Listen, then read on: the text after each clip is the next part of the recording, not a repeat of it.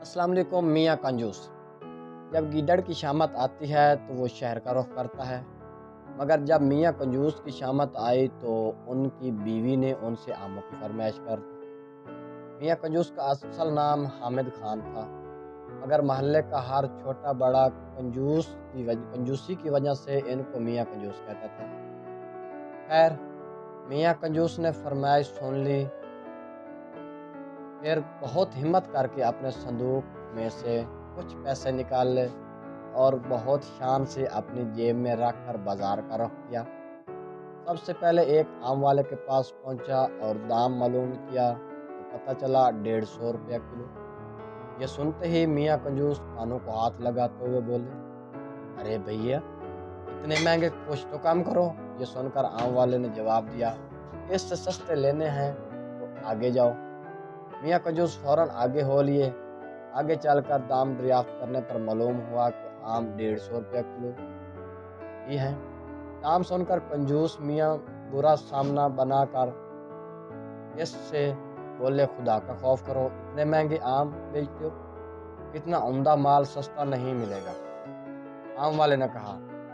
اب میاں کنجوس ایک اور آم والے کے پاس پہنچا۔ آموں کی حالت قابل دید تھی، چپکے گلے سڑے جن سے رس بہہ رہا تھا، ہزاروں کی تعداد میں مکھیاں بن بھرا رہی تھی۔ میاں کنجوس نے پوچھا، بھائی آم کیا کلو دے گے؟ آم والے نے جواب دیا، سب سے سستا لگایا ہے، صرف 80 روپے کلو۔ میاں کنجوس غصے سے جھنجھلائے اور بولے، اتنے خراب آم اور 80 روپے کلو؟ آم والے نے کہا، بابو جی، اس سے سستا آم کہیں نہیں ملے گا۔ ہاں، آپ کو مفت چاہیے تو وہ سامنے کنویں پر آم کا درخت لگا ہے، وہاں سے توڑ لو۔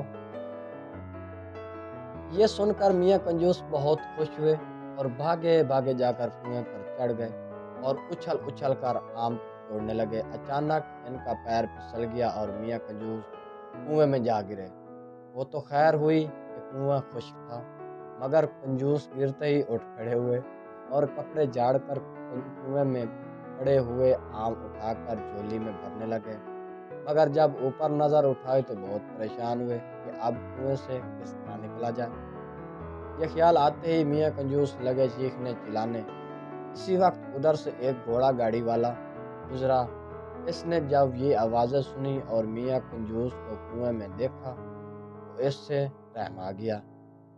اس نے اپنا گھوڑا گاڑی کا رسہ نکالا اور کنویں کے اندر لٹکا کر اوپر سے رسہ مضبوطی سے پکڑ لیا اور کہا کہ رسہ پکڑ کر آ جا۔ میاں کنجوس نے ایسا ہی کیا، مگر ابھی ذرا سا ہی چڑھے تھے کہ گھوڑا گاڑی والا ان کا وزن نہ سہ سکا اور دھڑام سے کنویں میں آن گرا اور میاں کنجوس دوبارہ کنویں میں پریشان ہو کر چلانے۔ اچانک اس آم کے درخت کا مالک پہنچ گیا۔ اس نے دیکھا، حیران ہو کر پوچھا کہ تم دونوں کنویں میں کیا کر رہے ہو؟